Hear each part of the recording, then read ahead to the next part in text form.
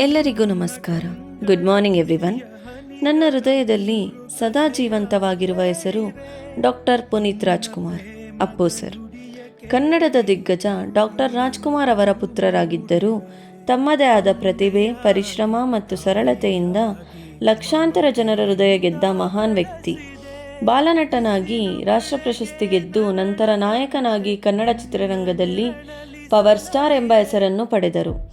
ಅವರ ನಟನೆ ಅಷ್ಟೇ ಅಲ್ಲ, ಅವರ ವ್ಯಕ್ತಿತ್ವವೇ ಜನರನ್ನು ಮಂತ್ರಮುಗ್ಧರನ್ನಾಗಿಸಿತು. ಅವರು ಒಬ್ಬ ನಟ ಮಾತ್ರವಲ್ಲ, ಗಾಯಕ, ನಿರೂಪಕ, ಫಿಟ್ನೆಸ್ ಐಕಾನ್, ಸಮಾಜ ಸೇವಕ ಕೂಡ ಆಗಿದ್ದರು. ಇದಲ್ಲದೆ ಅನೇಕ ಅನಾಥಾಶ್ರಮಗಳು, ಶಾಲೆಗಳು, ಗೋಶಾಲೆಗಳು ಸೇರಿದಂತೆ ಅನೇಕ ಜನರಿಗೆ ಮೌನವಾಗಿ ಸಹಾಯ ಮಾಡಿದ ದಾನಶೂರ. ಅವರ ನಗು ಅಭಿಮಾನಿಗಳಿಗೆ ಸಂತೋಷ, ಅವರ ಮಾತು ಪ್ರೇರಣೆ, ಅವರ ಜೀವನ ನಮಗೆ ದಾರಿದೀಪ. ನಾನು ಬಾಲ್ಯದಿಂದಲೇ ಅವರ ಅಭಿಮಾನಿ. ಅವರ ಸಿನಿಮಾಗಳು ಮತ್ತು ಅವರ ಸರಳ ಜೀವನ ಶೈಲಿ ನಮ್ಮ ಜೀವನಕ್ಕೆ ಪ್ರೇರಣೆ. ಈ ರೀಲ್ ನನ್ನ ಅಪ್ಪು ಸರ್ ಅವರಿಗೆ ಸಮರ್ಪಣೆ. ಅವರು ದೇಹವಾಗಿ ನಮ್ಮ ಜೊತೆ ಇಲ್ಲದಿದ್ದರೂ ಅವರ ಮೌಲ್ಯಗಳು, ಅವರ ಸ್ಮೃತಿ, ಅವರ ಪ್ರೇರಣೆ ಸದಾ ಜೀವಂತ.